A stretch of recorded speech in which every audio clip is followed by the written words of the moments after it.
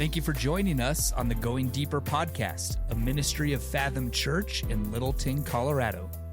You will never get to the bottom of the depths that are in Christ for you. And our hope with this podcast is that it will help you go deeper with God. So let's dive in to this episode of the Going Deeper podcast.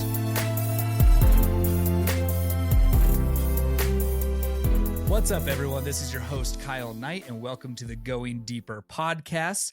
Again, these are just conversations that we love to have, hopefully to help you go deeper in your relationship with God. I'm in the podcast studio again with Karina Bost. Hello. And Chris Martin. Hey, so here's the question that I've got for you real quick. Right into it. There's cereal in here. Yeah. 2 boxes of cereal, in fact. Which is this is the appropriate place for cereal to be. I know this is leftover. I know this is leftover from our young adults cereal night, which I saw pictures of and it looked awesome.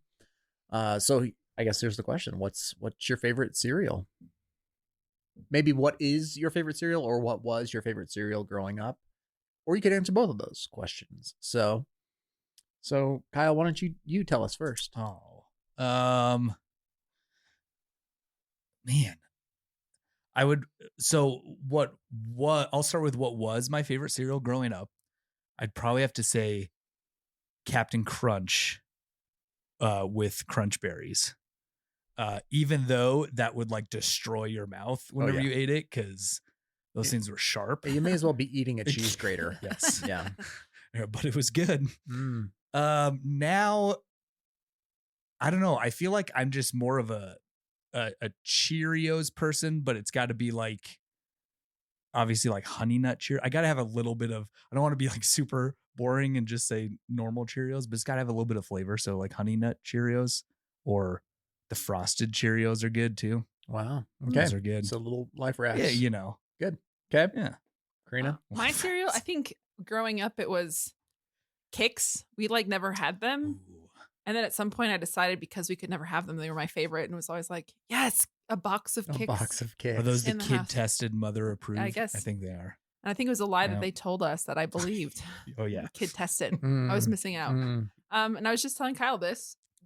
As I got older, eating cereal makes me feel really nauseous. I don't know if it's like the sugar milk combination or what. So you're not a cereal fan. I just am not. If I'm gonna, I'll do like overnight oats, like oatmeal with like berries, almond butter or something. Okay. I don't know if people would consider that cereal, but I enjoy it. I would not consider that cereal. It sounds way too healthy. But it's like oats with, you put milk in it, right? To create it. Yep. Leave it in the fridge. What's the definition of cereal? I don't know. Well, you could put Some milk kind with of ice oats. cream and make a milkshake, and it's not cereal, Kyle. Well, I'm talking oats. If They're you're oats, grain. well, we could call that oatmeal. You know, That's true. That's a little There's different a than whole other cereal. category called oatmeal. but that's okay. We don't need to go there. I love all the cereals. I mean, seriously, I was a huge cereal fanatic as a kid. Most of the sugar, all the sugar. Captain Crunch, yeah. Cinnamon Toast Crunch, yeah. Lucky Charms, yeah. And in my adult years, as I've matured, I still eat all that stuff. But the problem is it makes me feel like garbage. So just a moment of confession. Marcy was at Bible study last night. And so I had a huge bowl of Lucky Charms, which, by the way, she bought that box for Harper as a sweet treat. And I've eaten almost all of it. And I don't feel good today. I have done that because as well. of that. So it's for the kids. Yeah, for Right. the children. I also do feel like if I'm gonna have a bowl of cereal, it's gonna be late at night for some reason. It just It's always just happens. bad And it makes you feel decisions. terrible. It does make you feel terrible. It's just bad decisions It when really I've got is. Lucky Charms in the pantry. So Yeah. Well, speaking of bad decisions. Yeah. Speaking of bad decisions, we're not talking about cereal anymore. The topic of today's kind of conversation podcast episode is friendships. Really like I want to talk about good friendships, bad friendships, what the Bible says about relationships and friendships. There's a lot of questions. There's a lot of stuff to talk about with this, but I guess maybe I'd love to just start out with like sort of maybe the biblical view of friendships, or that could be relationships in general. What does the Bible say about friendships? Who wants to kick us off? You want me to kick us off, Karina? Yep. Yeah. I think the Bible says a lot about friendships. And we could talk about from, the Proverbs are full of serious proverbs about how, what a good friend is, what a foolish friend is, who you surround yourself with, even it will even say that, having wise friends and an abundance of counsel, abundance of people kind of speaking into your life. So we could go there. We can go into a lot of some more New Testament stuff that talks about building one another up. And it almost talks like in terms of the community of faith and the friendships there. So we could go in a lot of different directions, but even if we want to start and kind of zoom back, friends are something that we learn about at a really young age. We start building friendships when we're very little, whether it's play dates or neighbor kids or school friends, we're building friends. One of the things that I've observed over my years in ministry, and I'm just more and more convinced, is that we are, as adults, really, really bad at friendships. Really, really bad. Both men and women. Women are probably better at this than men are, but like as I talk with guys and you say, hey, tell me about your friends, it's almost, in a lot of cases, I don't have friends. Or, oh yeah, I had a friend. My friends were, my roommates back in college, and we play fantasy football, and I see them every couple of years for like a guy's trip. But that's about it. It's not like, who are your friends right now? Who are the ones who you're spending time with, building relationships with, kind of going to battle with? And then I know that the women's ministry read a book about finding your people and kind of talking about friendships. So I wasn't in that, obviously, but Karina, you were, I think, right? So talk to us a little bit about just kind of your sense, maybe from a perspective of a woman, and even as a mom, friendship. I mean, is it hard? Is it easy? Is it like, walk us through that a little bit? Yeah, I mean, I think a friendship is a gift from God. It's something we were meant to be in community. And so I think it's something we naturally desire, but executing it isn't always as seamless. So we tend to make it more about emotional things. We tend to focus on the negative. Well, I mean, there's a potential to focus on the negative or focus on how are they serving me. So I think it's very easy to take this gift God has given us and make it very self-serving. But also I do know just from being a woman and being a woman in like community and church that it is something that we deeply desire. We desire to be in community and in deep friendship with people. Yeah. So why are friendships important, and like why do we need friends? Well, I mean, Karina kind of mentioned this a little bit, that we were created for relationships. So I think that's part of it. God creates out of a relationship. I think that's really important to note, that God is not solo, right? There is one God, but he exists in three persons, the Trinity, and out of God's perfect union with God's self, he then creates.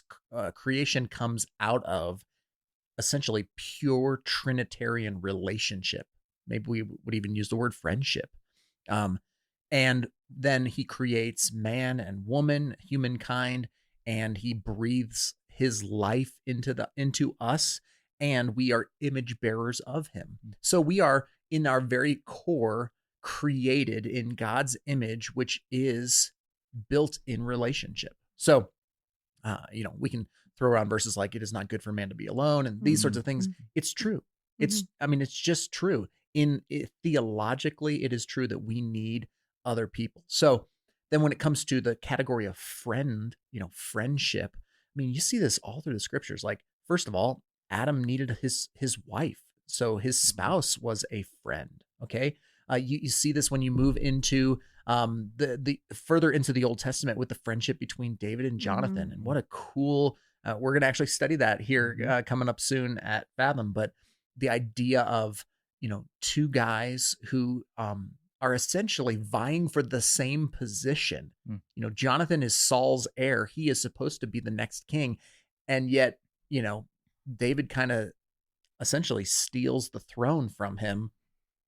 And yet they become best friends. They are best friends, and they are for one another, even to the point where Jonathan will go against his father's wishes to really love and serve David correctly. So I think you see that there. I think you even see things like in the New Testament when Paul goes on his goes to start planting churches and doing missionary work, and he brings Barnabas along with him. He's got like, it's like Paul and Barnabas are like team church planters. And then when Barnabas splits off, Paul really starts to pour into, as a friend, this young Timothy who, he writes letters to. So you see this all over, like friendships between spouses, friendships between equals, friendships between like kind of a mentor and a mentee. You have all these different versions of friendships, and it's all about, I think in a Christian context, about deepening and developing our relationship with God through relationship with others. Mm-hmm. Yeah. And I was going to, you kind of touched on this throughout all of that, what you just said.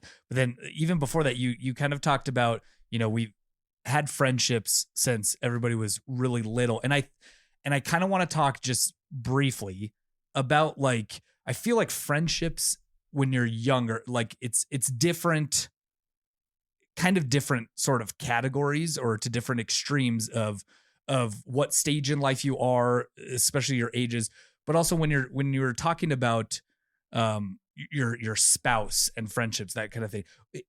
The thing that keeps popping up into my head is, what about those people who are married and just kind of say like, well, my spouse is my friend, and that's kind of it.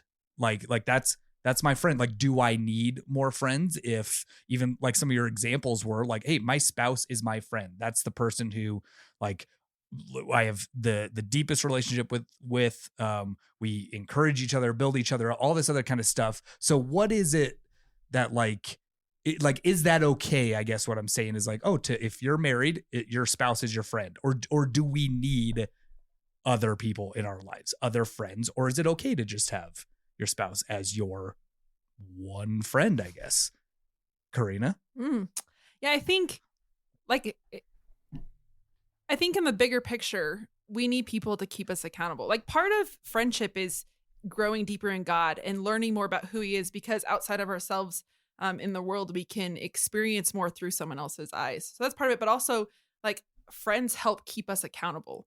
And while our spouse is great on one level of keeping us accountable, on another side, we need people which sometimes it can be your spouse, but you need more people in your life, because the people who love you will always be blind in one sense to certain aspects of you, or you might try to be hiding something from like someone so close to you. And so having multiple friends, I think, helps keep you accountable, helps you see God in a more truer sense through the eyes of other people. I think those experiences and challenges you kind of navigate better with people around you.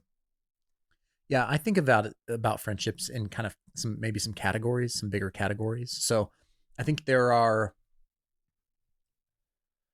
okay, let's start with kind of just like temporary friends. Okay, I think there are people who come into your life for a real brief moment it's a genuine category of friendship, but it's not like long term. Okay, so you go to, maybe a trite way to think of this, you go to, camp as a kid, and you've got your best friend at camp, and you're only there for a week, but that's a friendship, and it's real. Like, I don't want to diminish it. That's a friendship, but you go home, you lose touch, and you never talk again for the rest of your life. I think it's real easy to be like, oh, that wasn't a real friendship. No, it was a real friendship. It was just a temporary one. And I think that can happen in a lot of different cases where you have just kind of a temporary friend, whether that's for a week or a month, or sometimes even a year. You have a temporary friend who comes into your life for a season and then leaves your life for a season. Then I think you get a little bit more, longer term friendships. And this is where I think, especially in a Christian community, you can build deeper accountability.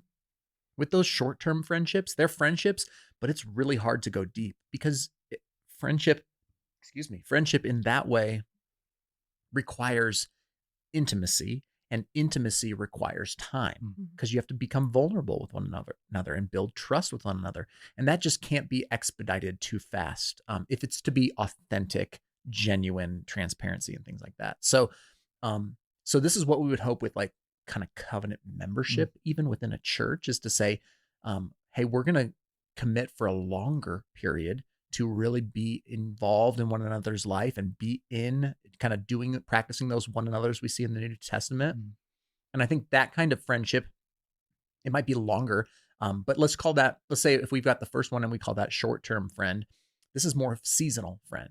And you might spend a longer season together, but maybe somebody moves, maybe you change churches, whatever it might be. You might even grow in depth in Christ for that season. This might be college friends. This might be high school friends. This might be, hey, my last church, I was in a small group and those were some friends for a season. And it was more meaningful than a short-term friendship, but it was still only a season. Because the reality is this, if you leave a church, if you go to another church, no matter how tight you want to stay with those people, if you aren't in regular fellowship with them, it's going to be a different experience. It just is. I mean, and I think we'd be lying if we tried to falsify and believe something else. So if we've got short-term and we've got seasonal, then we do have some like lifers. Like there are some friends that are just lifers. Now, hear me, there's few and far between. Spouses, though, should fit in that category. Lord willing, kids fit in that category, and family kind of enters into that category. But even outside of that, like I've got one friend who he's just my lifer friend. He went from he became a seasonal friend in college and has become a lifelong friend. And that's the kind of friend that, they pick up the phone and they call and there's something going on in their life and you're on the next plane if they need you. Like that kind of friendship, it trumps the whatever seasonal is going on, whatever short-term is going on. It's a lifer thing. But let's not fool ourselves and think that those are frequent and that those are many. I think it's just a few people who you would just say, "Hey, I'm there for you no matter what." And I think it's okay. It doesn't diminish the value of each stage by defining it. Yeah. Like that short-term friend is really awesome for that short term. And that seasonal friend is really awesome in certain seasons. And then there's just a few kind of long-term lifers. And I put my wife in that category, and I hope that my daughter is in that category, right? Like that these people will be friends of mine for my whole life. But I say all that to say, you kind of need people in each category to fill out like what good friendship might look like. Where do your social media friends fall into that? Like kind of a joke. Yeah. But... No, I think that's so. And we talked about social media on another podcast, but there are benefits to being able to stay in touch with short-termers and seasonal friends longer, but it can also falsify those things. Just because you're still friends with that person on Facebook or follow them on Instagram does not mean that a seasonal friend can become a lifer simply because you're still somehow connected on a social platform. I feel like that's a terrible name for it. It should be followers because anyways. Yeah, I mean, whatever it is, like I would say, my friends. I'm friends with the kid who grew up across the street from me on Instagram. And I've not seen him in 30 years, probably. We went to elementary school together and we follow each other on Instagram. I know he lives in San Diego and has a kid and, Yeah. So would you call him your friend? Sure. But I mean, acquaintance? Yes, he was my friend. I'm still connected to him. He was a short-term friend, maybe even a seasonal friend. And I still know his name and I know where he lives. And that's the benefit we said in the social media conversation. The benefit of social media is you can stay at some level connected, but that's an artificial connection as opposed to my friend Jeff isn't going to call me and I'm going to drop everything and fly out to San Diego if he needs me. First of all, he doesn't have my number. Second of all, we've not seen each other in 3 decades, right? We were friends in a short-term or seasonal way, but he's not a lifer. And I think that's a big, I mean, you need to designate that because all friends don't fit in all categories. But also I think on that same point, and this was from the book we did, Find Your People by Jenny Allen. And she mentions like we only have the actual capacity to build friendships with a limited number. Like we don't have unlimited resources. So to build that deep friendship, even if you desire it, you just don't have the capacity. Because you're right, it takes time. It takes like space, like where do you connect? Where do you see each other? And so to think, oh yeah, I'm just going to work on building all these relationships I have. You actually don't have the capacity. And that's a gift because we can invest in the people that we're like in that season or the lifers. And I think that's a real key there. That was a really good point. A really good point. You want to stay connected with your lifers, and you need to be present with your season. So wherever you're at, if you're at Fathom right now, we are your seasonal friends. Whether you're here for, 5 years, 10 years, if we end up becoming lifers, that's great, right? But like, you invest in the season that God has you in. He has you there for a reason. There, he predestines these days. He chose these days. He created them for us. And it's sometimes easy to say, well, I'm not going to be here for long, so I'm not going to pour into to my friends. Well, this is the season that God has you in. Or I'm only going to pour into friends who are lifers. Yeah. Well, I just think that's you're missing out on stuff if you do that. Yeah, and then there's also a danger in some of those people that do want to spread themselves so thin because they want to invest in every single relationship they have to become friends because they want everybody to be their deep friend. And that's my wife right there, is that she just wants so many deep friendships. And it's like that can be a danger if we're just wanting everybody to be in that certain category. I heard Andy Stanley say this. It wasn't about friendship, but I think it's applicable here. Do to one like you wish you could do to everyone. Right. So, you don't need 150, 200 friends, or, there's all these sociological studies about like monkeys and how big a herd of monkeys can be or whatever, but do for one like you wish you could do for everyone. Like, be a good friend to the people who are seasonally right with you right now, and trust that that's enough, that that's what you're supposed to do. Do for one or two or three what you wish you could do for 100, 200, 300. Yeah. So I want to talk about like what does a good friend look like and what does a bad friend look like? So maybe it is all over scripture, but when you think of, let's start with good friends. Like, when you think of good friends, what are some of those qualities that a good friend should have? We can think of some like iron sharpens iron. They can challenge you. They can help you like through struggles, but they can also, it's about growing in love. And I think right now, especially in our cancel culture, we want to, which this kind of jumps to bad friends, but we want to be like, oh, they hurt me, I'm going to cut them out of my life.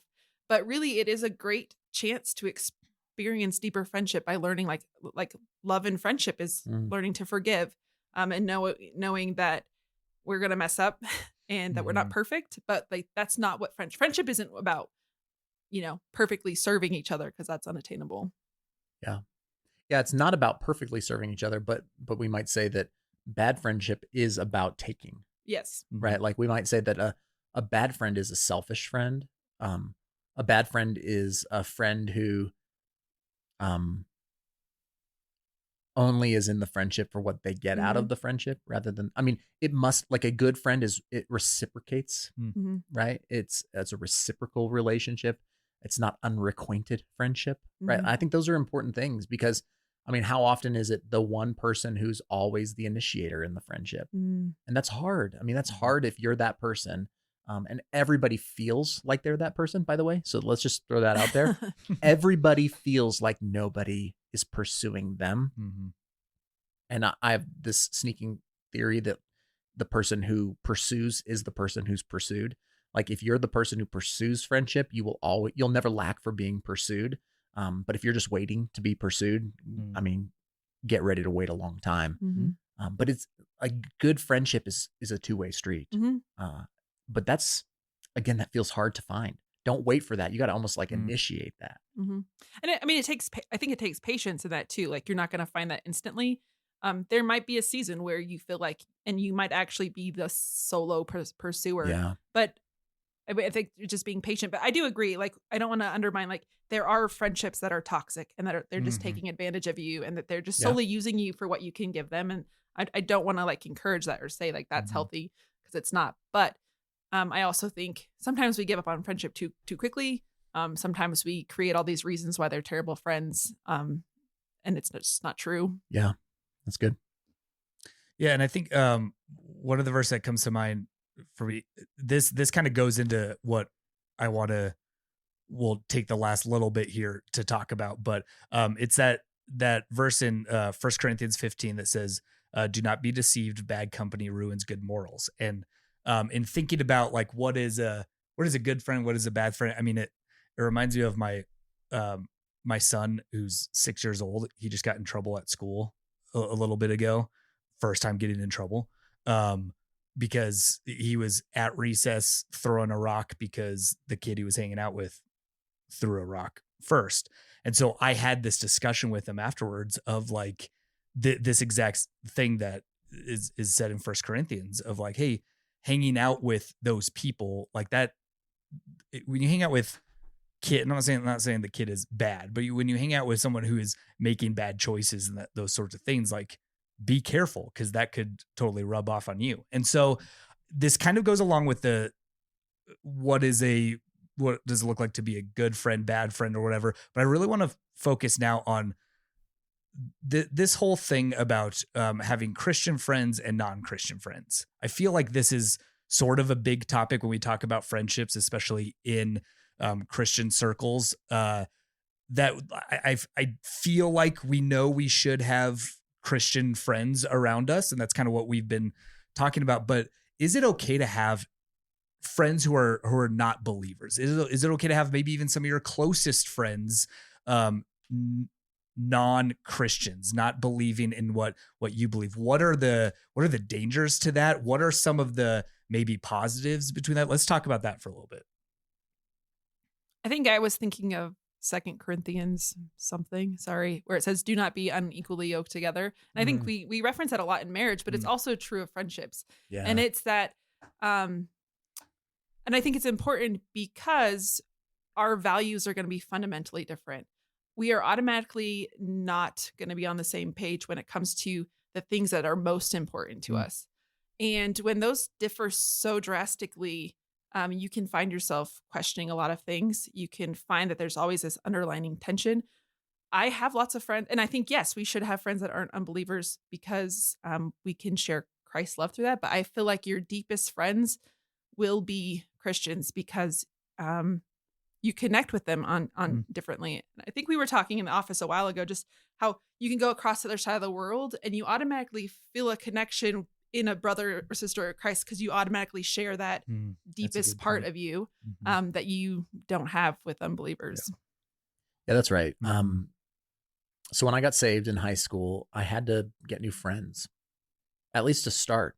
And in some ways, I think I may have overcorrected a little bit and kind of shut out my old friends. But the reality is this: I couldn't keep doing the things that I was doing. And those people that I was friends with were doing things that I could no longer do, or I should no longer do, at least, and I had to remove myself from that. And I did. And I got new friends, and they were Christian friends, and they helped me grow in my faith. Now that I'm, further along in my journey, I have friends who are not Christians, but they're different. I mean, I think you're exactly right. It's just different. And it's not that I don't love them and I don't enjoy spending time with them, but my friendship with them, it's not, I'm not like missionary friending them, but I want them to believe in Jesus. Like the reality is I want my friends who aren't Christians, my neighbors and those, like I want them to become Christians. And I'm not, trying to force feed it all. And I'm trying to be wise and strategic and winsome and all that stuff. But it's not iron sharpening iron. We're talking about football and kids and, vacations and lawn care and, things that are real, but things that aren't eternal. And I'm praying that we would be able to have those conversations about eternal. I'm trying to insert those things in. And when I get to, that's really cool. But so yes, you need friends that are Christians and not Christians, but it's just a different category. Yeah. I mean, like we already talked about different categories of friendship. There's a different category when you share Christ with a friend and than when you don't. And I think your deepest friendships really, really should be people who are equally yoked with you. Because it's just different. Yeah. And I agree with you too, Chris, in the fact that like, a few of my closest friends from college are non-Christians. And yeah, it's, to me, every time I see them, every time I interact with them, hang out with them, it's not necessarily this evangelistic opportunity for me, but I really take that every time I'm around that, like just how I live my life to be hopefully an example to them that they can see, because they know where I stand on everything. They know my belief. It's not that I keep any of this a secret. Like I know that they do not have the same beliefs that I do, but I do still want to be that that good example for them in hopes. My hope is that they turn their life around and they turn towards God. One of the verses that we kind of wrote down before this that really like stuck out with me with this point is in Proverbs 12:26. It says, one who is righteous is a guide to his neighbor, but the way of the wicked leads them astray. And so like, to me, that makes sense here, because it's like, I'm trying to be a guide to my friends. However, there's always that kind of be careful sort of thing. That it's like, hey, and just like my son, like if you're hanging out with these people, if you call them your friends, they have influence on you too. And to be just very careful and wise. We're always kind of going back to wisdom with that. So that's something that I'm always aware of. Yeah, I think, and I know we got to wrap this up, but I don't know who said it. It's a sociological thing, but like they said something like you become like the aggregate of your 5 closest friends, or, you know, you want to know who you are, look at your 5 closest friends and kind of take a median. And that's, and you know, there's arguments as to whether that's true or not, but here's what's true. You become who you hang out with. You become like them. I mean, when I was a kid, I became like I was throwing rocks, you know, when I became a Christian, I needed to change that sphere of influence, because you become like them. And I'd just be very, very cautious to Christians. This is my word of warning, both for me and for all of us. It doesn't matter what your maturity level is. You are still heavily influenced by those you spend the most time with. And I've seen God-fearing Christians, in the name of mission, go and embed themselves in too deeply into community that is, let's just say, less than wholesome. And while they went there to try and take it back for Christ, they found themselves taken back by it. You see this in undercover policing. The anecdotes go on and on and on, that those who are embedded into a culture, even nefarious, evil cultures, soon very much, it's this what's the syndrome where you are you start to sympathize with your captors. This like this whole idea that like even people who are taken captive begin to sympathize with those who they are in closest proximity with, and even start to go back to abusers and go back to really bad scenarios, because who you're around, those people who are pouring into you, it pays off, and it shows up in your house, in your health, in your life. So look around and surround yourselves with godly people who you want to become like. Yeah. Hey, we are out of time. Great conversation. Thank you both in talking about friendships. We love you, church. Thank you for listening, and we'll see you next time.